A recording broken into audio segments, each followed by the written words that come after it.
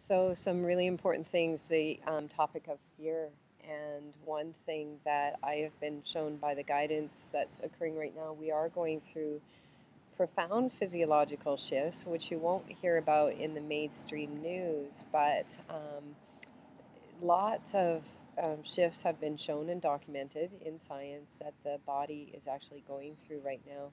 We are moving from being carbon based beings to silica based beings, which means that we're moving into higher crystalline states as physical vessels. And in higher crystalline states, we have the capacity to receive higher levels of information, higher levels of consciousness. What I call our flesh suits, our bodies, are going through these big shifts. And right now, our brain still operates with a reptilian brain, and the body is transforming out of that. This is the guidance that I'm receiving, um, and that is where all the fear and duality comes from. Is that reptilian brain? So, what kinds of techniques can you recommend for people to overcome those fear-based things as they come up in the moment to really catch them? Yeah.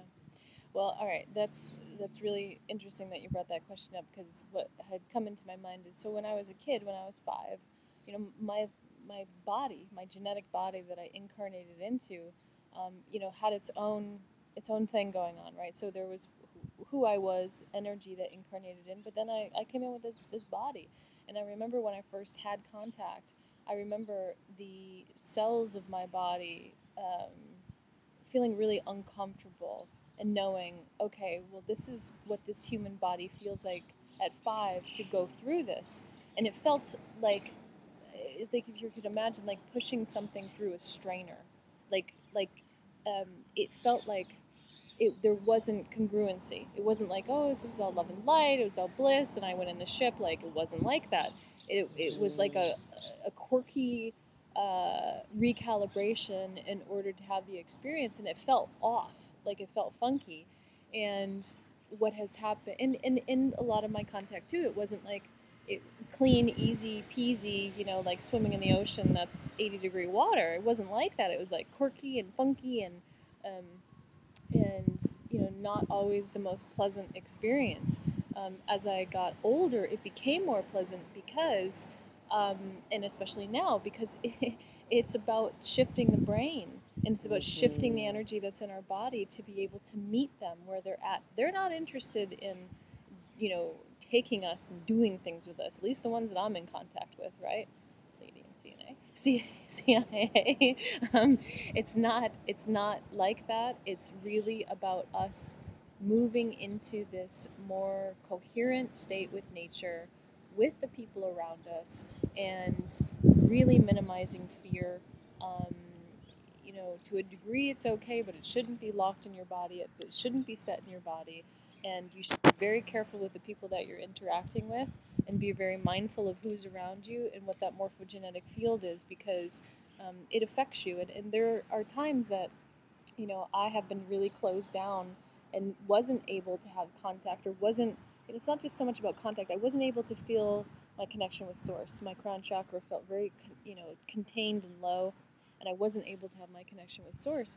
And what was going on with me was because my solar plexus were constantly in a state of contraction, and they were constantly in a state of, unfortunately, of fear, through some things that I was going through. And I wasn't having any downloads. I wasn't having any contact. I certainly wasn't um, feeling love, light, and bliss. I was constantly in a state of protection, in a state of survival as well. So, was it all a choice? Yes, it was all a choice at the time.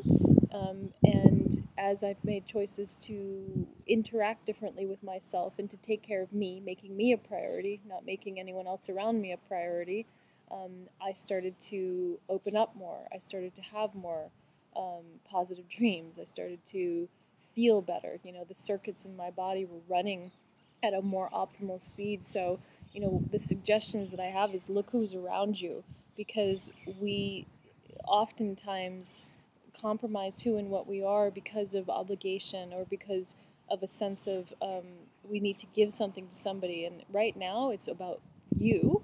It's about taking care of you and giving to you. Everything that is around us is a reflection of what's going on inside of us. And to use that reflection to see where we may need to harbor more self-love, Yes. to overcome, because what you and I were talking about before, and all of my work with clients, is to remove limiting programs that are in the subconscious mind.